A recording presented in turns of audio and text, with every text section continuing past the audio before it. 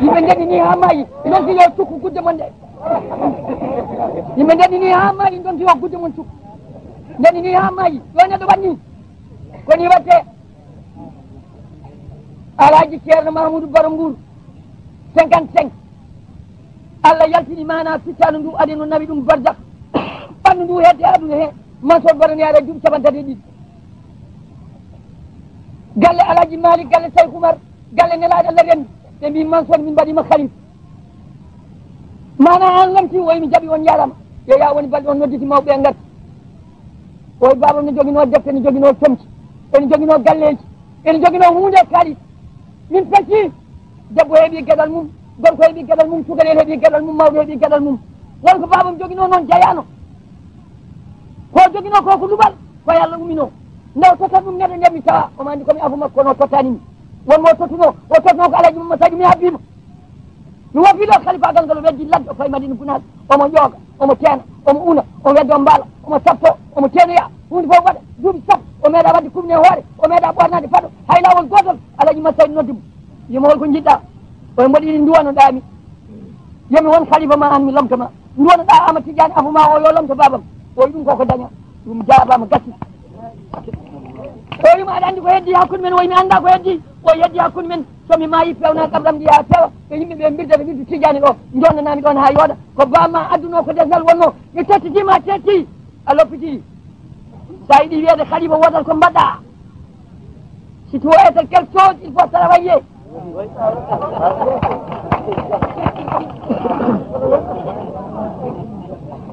il y a toujours des respecteurs dans le monde ce qu'il dit le poète français il y a toujours des respecteurs dans le monde ceux qui travaillent ils respectent parce qu'ils travaillent trop ceux qui ne travaillent pas ils respectent parce qu'ils n'ont pas de boulot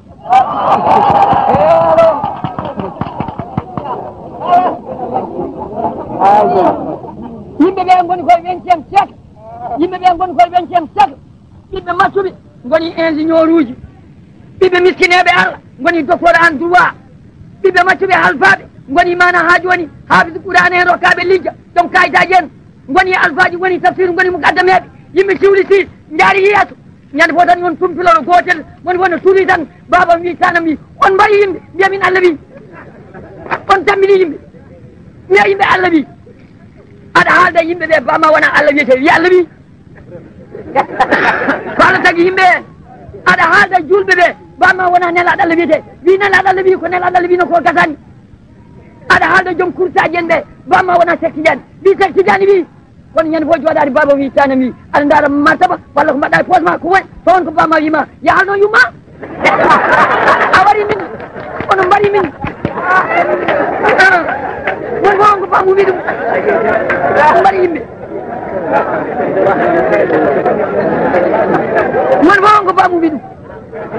won fof on ko bamu wi ɗum won fof on ko bamu haala ɗum so on ko bama haalanma aɗa safa ya haalno e nene ma walla kalna mawni walla miñe won fof on ko bamu haalan ɗum kono baba wi so bama wi faccude mon konji min hen yimɓe ene goni e 20e siècle yimɓe fof ene pini ɗani no fof pini hanga noon fof ƴoƴi bonnoɗo fof moƴƴiti yimɓe janggi Qur'ana janggi farage janggi angale mbawi mahi galleji ciwliti gaare wuuro jooɗima oɗon jangde Allah nde on kalanta yimɓe nana on firtanta yimɓe ko yeyete ko on ganda kono ala joguiɗo sirriyel fof ma mooƴa domi ñaama walla mana moƴƴi ñaama babam ko bama woppitma ko a wawa hen hay hunde dañta hay wutte hay goto no wawa dañde wutte so wona yaye almudo bamum hay hunde on mbawa dañde hay dara zéro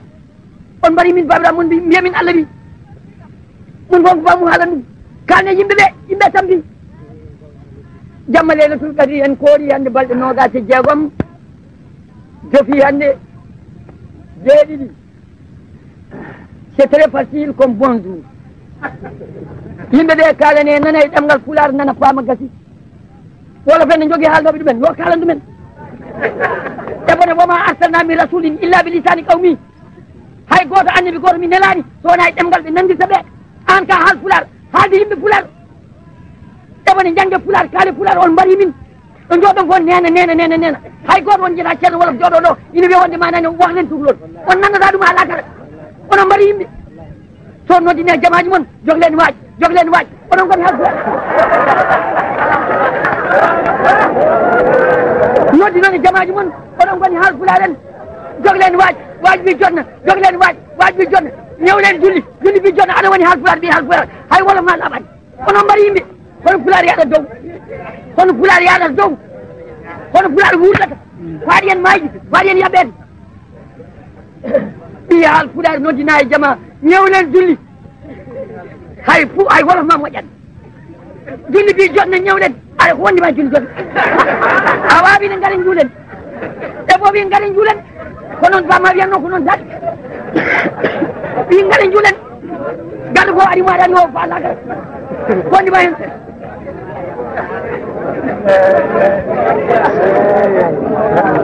on ballani fular on ballani ɗemgal fular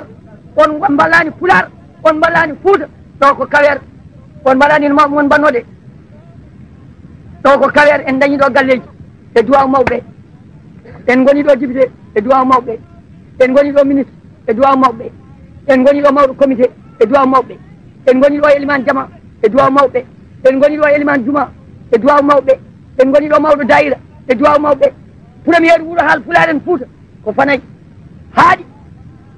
ko Dembankani ɗo mbeɗo namdori on Allah on jiiɗo éliman jama jetten doyi kale on jii nden nde cekkano ɗum ñalawma goto nden fiya ha fokkuno ɗum éliman jama doyini toon walla Ngom walla Diouf kale mbelen toon on gandi ka onon goni premier assistant en dañi ɗum cuuɗi meɗen en pandini hen gayni garon ɗo jogleni waaj jogleni waaj ƴewlen julli bi jonna e ɓan wi waftu yoni a wawi ɗe gaare juuɗe a wawi ɗe umme jaare jargol yonti ko noon Fuuta wiyata onon oɗon mbaɗa pular oɗon mbaɗa ɗemgal pular oɗon mbaɗa koye mon oɗon mbaɗa jimago on oɗon mbaɗa neɗɗago mon onon ko wutoon wolof e bot kaade pular koɗa Alaji Malick Jeeya mo wolof o lukatane maayo o yummum Diaw fete bamum Diaw suyma Podor Fuutatoɗo Sirim Bamba yummum Diaw gollere bamum Diaw gamaji Podor Fuutatoɗo Alhaji Abdoulaye Niass Kaolack yummode bamum fo ñanga idi département Podor Fuutatoɗo bisimillahi hande timɗo almameɗo e Sénégal fof ha laaɓi hawi ceel ko Alaji Mawdo Sylla so noddiɓe noto jibiɗo bamum tan ummiɗo e Sylla jong bamum tan jibina ɗo gati ni foti haal pular Fuutatoɗo ko ngulotono ɗo ma tawi ko Alaji Umarou Fouti watto aduna o fof ha laaɓi Fuutatoɗo halwar nene mum bamum fof ɗon halwar Serigne Thiénaba bamum Jeeya ko Jeeya nene mum Diaw cofi Podor Fuutatoɗo onon ko maayi toon ɗoɗon ngulla aduna o fof no roye mon ina ñemtina on ina yooɗa on jogleni woy jogleni woy woy mi jonna woy ɓayno moƴoɓe ni ɗum woni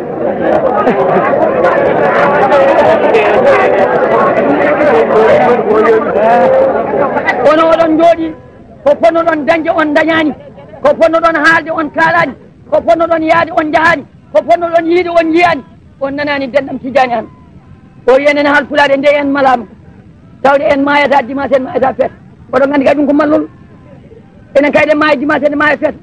onon waɗata on windude lettre uji nawon radio Sénégal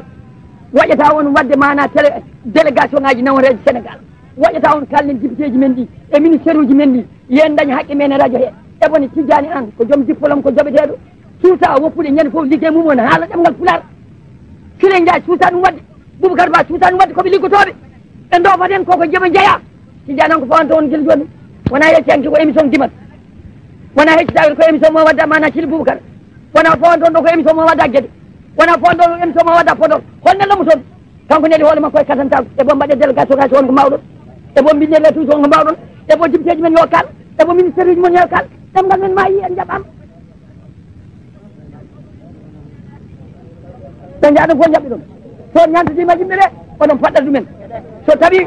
on jangguide yimɓe ɓe guɗano so jangguide yimɓe ɓe guɗano ko onon daɗi yimɓe fof guɗano so janggi falak yimɓe fof onon daɗi falak so janggi arab yimɓe fof onon daɗi arab so ñantudima yimɓe fof onon paɗɗat kala ɗo jooɗi on wiyete ko haal fulare ni nana oɗon ganda ɗo haala kala Allah inanjo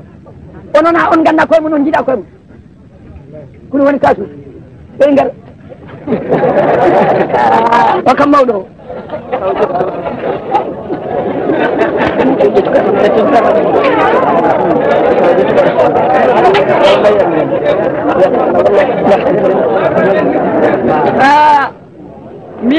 bandiraɓam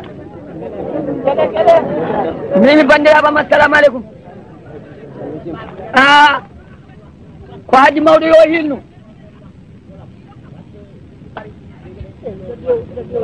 bisimillah janga kontaan bu nekkee yàlla janga kontaan de léegi nga kontaan bu nekkee yàlla dama ne bugga sa bopp dangay wax sa lammin toppa sa aada gannaaw toppa yàlla na nga toppa sa aada wax sa lammin dama ne fii kaweer la ku mu neex ku mu nakkat lébu yi ñoo moom fii waaye tukulóor falu na fii député fii ministre nekk na fii délégué de quartier nekk na fii imaamu jakk nekk na fii imaamu mbootaay nekk na fii maanaam borom daayira waaye lébu yi ñoo moom fii premier raciste tukulóor yi ñoo gën a raciste lu tax parce que première dikk tukulóor mi ngi dalee ci fanay boo jógee Dagana dangay dem ba xul nga dem njëyir ba door a dem fanay dikk tukulóor commencé nga lakk tukulóor ba yaa ngi dem fu ñu wax dem ak gàj doo fa gis limaamu jakk bu sant Ndooy de doo fa gis limaamu jakk bu sant Juuf de doo fa gis limaamu jakk bu sant Ndooy wala Juuf wala Ngom amul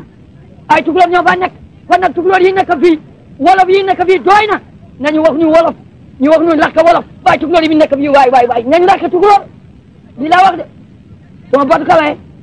li laa wax moo seen waaw li laa wax de et je me répète jusqu'à présidence de la République je me répète toujours de parler en pulaar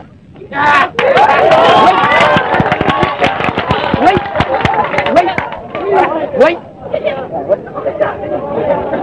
je dis bien mbiɗa haalano on bandiraɓe mbiɗa haalano on bandiraɓe keɗodiren ko kalɗoɗon ko keɗodire so tawi a yiiɗi janggo e jaam gueɗe ɗiɗi fof ina wona sa a yiiɗi wiyoyde Mamoudou Dia wi nanno mbimi ni kaldaɗo mbimi ni je crois bien que le président de la République monsieur Abdou Diouf a bien compris il a fait un ministre spécial pour l'alphabétique des langues nationales